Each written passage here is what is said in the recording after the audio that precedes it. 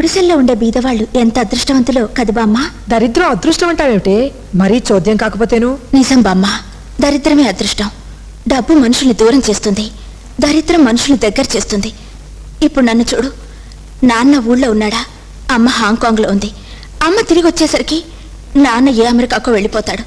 మన ఇంట్లో అందరం కలిసి కూర్చుని కబుర్లు చెప్పుకుంటూ భోజనం చేసి ఎన్ని రోజులైందో ఆలోచించు బామ్మ. డబ్బేగా మనల్ని దూరం చేసింది. This is too much baby. ఏం దరిద్రులంటే సడన్ గా ప్రేమ పుట్టుకొస్తోంది? పొద్దున్నే వర్కర్ సోమయ్యకి 10,000 ఇచ్చొచ్చావంట. మనకు అక్కర్లేని డబ్బు అతనికి అవసరం అనిపించింది, ఇచ్చాను. ఒక్క 10,000 కదా. ఒక్క 10,000 కాదమ్మా, నా బాధ అది కాదు. 10,000 కాదు, 10 లక్షలు ఖర్చు పెట్టు. కష్టపడి పనిచేసే వాళ్ళకి ఇవ్వు, సంతోషిస్తాను. అంతేగాని ఒళ్ళొంచి పనిచేయని సోమరపోతులకి 10 పైసలు ఇచ్చినా నేను సహించను. సోమయ్య ఆరోగ్యం బాగుండక బాధపడుతున్నాడు డాడీ. అది వాడి కర్మ.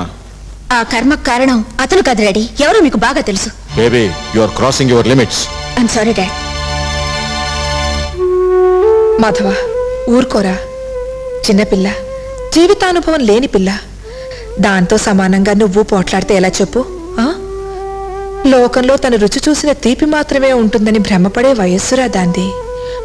ఆవిర్లెత్తించే గొడ్డు కారం కూడా ఉంటుందని దానికేం తెలుసురా?